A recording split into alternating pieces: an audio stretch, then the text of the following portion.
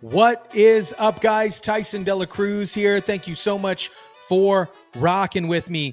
In order to prepare for the presidential debate, Trump versus Harris, Trump brings in somebody that is going to crush and help him steal the show. And he brings in Tulsi Gabbard.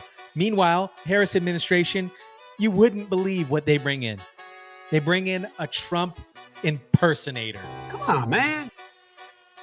Shout out to everybody watching. Go ahead and hit that like button and smash subscribe. The Democratic advisors joined Harris at Howard earlier this week, including Philip Raines, a longtime aide to Hillary Clinton, who reprised his role as Trump per request for Harris to prepare for the presidential debate.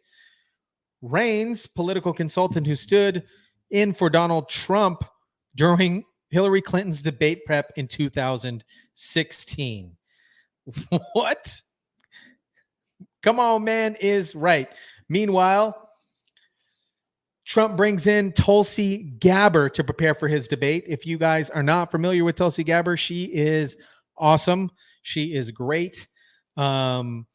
She smoked Kamala Harris during her presidential run in 2020. And that's why Trump brought her in. And we are going to jump into about 4 minutes of Tulsi Gabbard just smoking the crap out of Kamala Harris. Enjoy, guys. I want to bring the conversation back to the broken criminal justice system that is disproportionately negatively impacting Black and brown people all across this country today. Now, Senator Harris says she's proud of her record as a prosecutor and that she'll be a prosecutor president, but I'm deeply concerned about this record.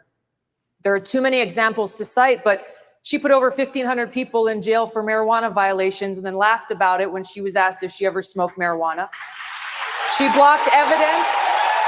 She blocked evidence that would have freed an innocent man from death row until the courts forced her to do so. She kept people in prison beyond their sentences to use them as cheap labor for the state of California. And she fought to keep cash bail system in place that impacts poor people in the worst kind of way. Thank you, Congresswoman. Senator Harris, your response.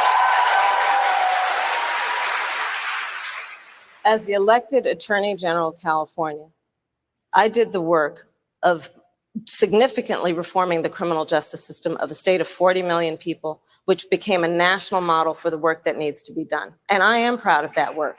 And I am proud of making a decision to not just give fancy speeches or be in a legislative body and give speeches on the floor, but actually doing the work of being in the position to use the power that I had to reform a system that is badly in need of reform. That is why we created initiatives that were about reentering former offenders and getting them counseling. The bottom line is, Senator Harris, when you are in a position to make a difference and an impact in these people's lives, you did not. And worse yet, in the case of those who were on death row, innocent people, you actually blocked evidence from being revealed that would have freed them until you were forced to do so. There is no excuse for that.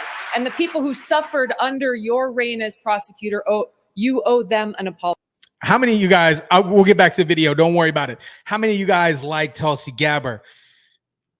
She's freaking awesome. If anybody's going to be the first woman president, I vote for Tulsi Gabbard. Straight up. Veteran, cute business person, doing business things, entrepreneurial, loves the country. Let's go back to the video. Apology. Our Democratic Party, unfortunately, is not the party that is of, by, and for the people.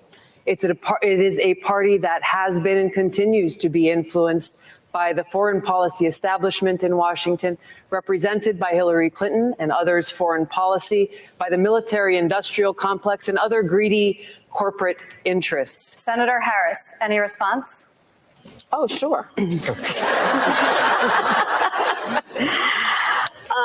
I think that it's unfortunate that we have someone on the stage who is attempting to be the Democratic nominee for president of the United States, who during the Obama administration spent 4 years full-time on Fox News criticizing President Obama. That's who has ridiculous, spent full-time, Senator Harris. That's who has spent ridiculous. full-time criticizing people on this stage as affiliated with the Democratic Party. When Donald Trump was elected, not even sworn in, buddied up to Steve Bannon to get a meeting with Donald Trump in the Trump Tower, fails to call a war criminal by what he is as a war criminal, and then spends full time during the course of this campaign, again, criticizing the Democratic Party. What we need on the stage in November is someone who has the ability to win. And by that, we need someone on that stage who has the ability to go toe-to-toe with Donald Trump, and someone who has the ability to rebuild the Obama coalition and bring the party and the nation together. I believe I am that candidate. Thank you, Senator. Yes. Congresswoman Gabbard, I'll give you a chance to What respond. Senator Harris is doing is unfortunately continuing to traffic in lies and smears and innuendos because she cannot challenge the substance of the argument that I'm making, the leadership and the change that I'm seeking to bring in our foreign policy, which only makes me guess that she will, as president, continue the status quo, continue the Bush-Clinton-Trump foreign policy of regime change wars, which is deeply destructive. 4 minutes flat, Tulsi Gabbard, hands down. How many of you guys like Tulsi Gabbard? Go ahead and drop it in the chat down below. Guys, this is a joke. She hired an impersonator to help them with the debate. Good luck. Good luck, Kamala. You're going to do horrible. I mean horrible. Anyways, guys, drop your comments down below. Smash the like button if you would. Hit the subscribe if you want to join and continue rocking with me. I truly appreciate each and every single one of you. And as always, I'll catch you on the next one.